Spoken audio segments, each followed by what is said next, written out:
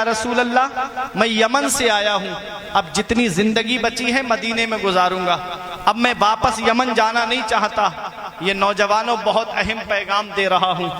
मेरे आका ने इरशाद फरमाया हल लका अबवाया, क्या तुम्हारे माँ बाप जिंदा हैं, क्या तुम्हारे माँ बाप हयात हैं?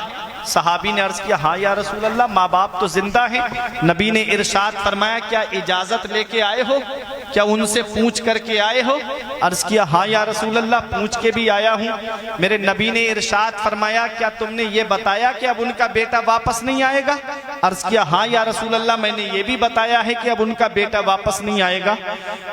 पहले ये समझो कि सहाबी आए कहाँ है? मदीने शरीफ में। और मदीने की सरजमीन वो सरजमीन है जिसके बारे में आका फरमाते हैं जिससे हो सके मदीने में मरे तो वो मदीने ही में मरे, क्योंकि जो मदीने में मरेगा मैं उसकी शफाअत करूंगा।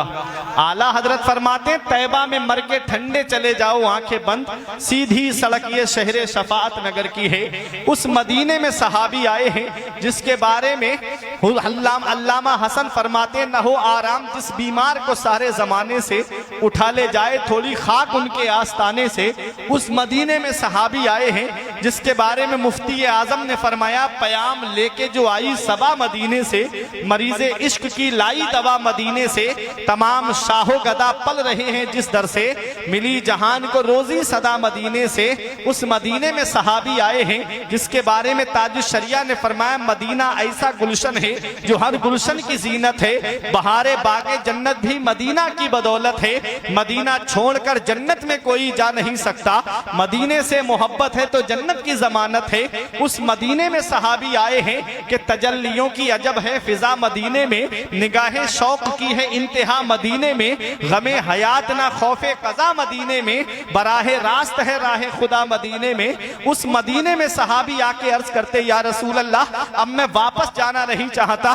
तो मेरे आका इरशाद फरमाते क्या माँ बाप जिंदा है, क्या माँ बाप हयात है? अर्ज किया हाँ या रसूल अल्लाह माँ बाप जिंदा हैं। फरमाया क्या इजाजत लेके आए हो? अर्ज किया हाँ या रसूल अल्लाह मैं पूछ के आया हूँ।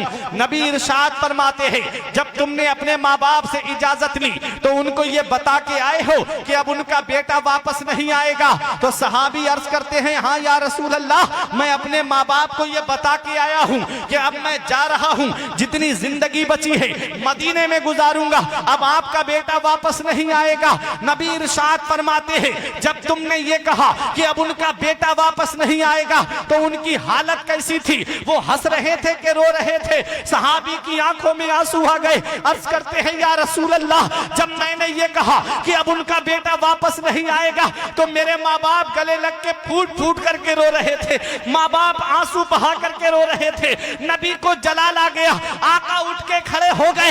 इरशाद फरमाते हैं इरजी इलैहिमा फअदहिकहुमा कमा अबकैतहुमा, ए मेरे सहाबी वापस चले जाओ, जहां से आए हो वहीं लौट के चले जाओ, और जैसे माँ बाप को रुला के आए हो वैसे उन्हें हंसा दो, वो यमन में खुश हो जाएंगे, तेरा नबी तुझसे मदीने में राजी हो जाएगा। ओ माँ बाप को सता करके उम्रे के टूरों पे टूर करने वालों, ओ माँ बाप को सता करके बगदाद के चक्करों पे चक्कर लगाने वालों, इधर माँ बाप दवाई के लिए एक एक पैसे के लिए परेशान है और बेटा अजमेर की बड़ी देग में पैसे डाल करके आ रहा है, इधर माँ बाप एक एक पैसे के लिए तरस रहे हैं और बेटा है कि कलियर के चक्करों पे चक्कर लगा रहा है। इतना याद रखना मेरे आका इरशाद फरमाते हैं जिससे उसके माँ बाप राजी हैं उससे अल्लाह राजी है, उसका रसूल राजी है, और जिससे माँ बाप नाराज है उससे ना अल्लाह राजी है ना उसका रसूल राजी है। घर में रूठे हुए माँ बाप को मना लो, माँ बाप हाथ उठा के दुआ कर देंगे। मेरे आका इरशाद फरमाते हैं माँ बाप की दुआ औलाद के हक में ऐसे कबूल होती है जैसे नबी की दुआ उम्मत के हक में कबूल होती है। इसलिए माँ बाप की खिदमत कर लो, माँ बाप हयात हैं तो उनकी कद्र जान लो। जिस दिन ये साए सर से उड़ जाते हैं उस दिन चिराग लेके भी ढूंढोगे तो माँ बाप जैसा प्यार करने वाली शख्सियतें नहीं मिलेंगी, माँ बाप जैसी मोहब्बत करने वाली शख्सियतें नहीं मिलेंगी। आओ जरा देखो माँ बाप के कितने एहसान हैं। एक सहाबी ने अर्ज किया या रसूल अल्लाह मैंने अपनी माँ को पुश्त पर सवार करके 7 मरतबा काबे का तवाफ कराया है, क्या मैंने अपनी माँ का हक अदा कर दिया? नबी इरशाद फरमाते हैं तेरी पैदा पैदाइश के वक्त जो तेरी माँ को दर्द उठे थे, उन दर्दों में से एक दर्द का भी तूने बदला अभी नहीं चुकाया है। अल्लाह अकबर। औलाद पूरी जिंदगी माँ बाप की खिदमत करती रही, तब भी वो माँ बाप के एहसानों का बदला नहीं चुका सकती। आओ मैं कुरान की रोशनी में आपको बता दूं। 15वां पारा रब इरशाद फरमाता है, वक़ज़ा रब्बुका अल्ला तअबुदू इल्ला इय्याहु व बिल वालिदैनि इहसाना इम्मा यबलुगन्ना इंदकल किबरा अहदुहुमा औ किलाहुमा फला तकुल लहुमा उफ़्फिन वला तनहरहुमा वक़ुल लहुमा क़ौलन करीमा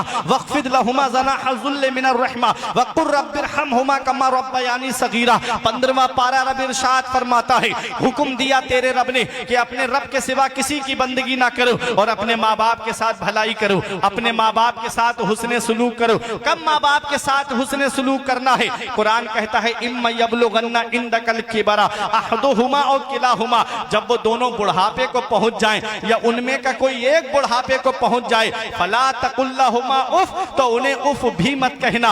उफ का माना आप जानते हो, इजहार तनफ्फुर के लिए सबसे हल्का कलमा जो है शरीयत में वो उफ है।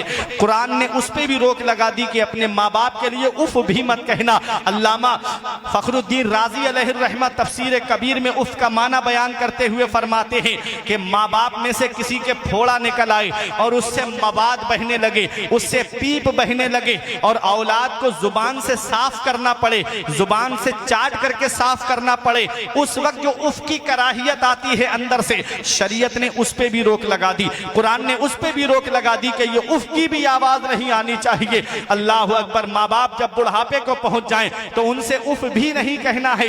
वक़ुल लहुमा क़ौलन करीमा, जब भी बोलना तो मोहब्बत के साथ बोलना, जब भी बोलना तो प्यार के साथ बोलना। और देखो कुरान में रब फरमाता है, अपने माँ बाप के लिए मेहरबानी का बाजू बिछाओ और ऐसे दुआ करो माँ बाप के लिए, ए अल्लाह मेरे माँ बाप पे ऐसा रहम फरमा जैसा बचपन में उन्होंने मेरे ऊपर रहम किया था। अल्लाह अकबर। कुरान हमें पैगाम दे रहा है कि हमें माँ बाप से बात कैसे करनी है। कुरान हमें पैगाम दे रहा है कि हमें माँ बाप की खिदमत कैसे करनी है। कुरान हमें दर्स दे रहा है कि माँ बाप की हमें कैसे खिदमत करनी है, कैसा उनके साथ में हुस्ने सुलूक करना है। तो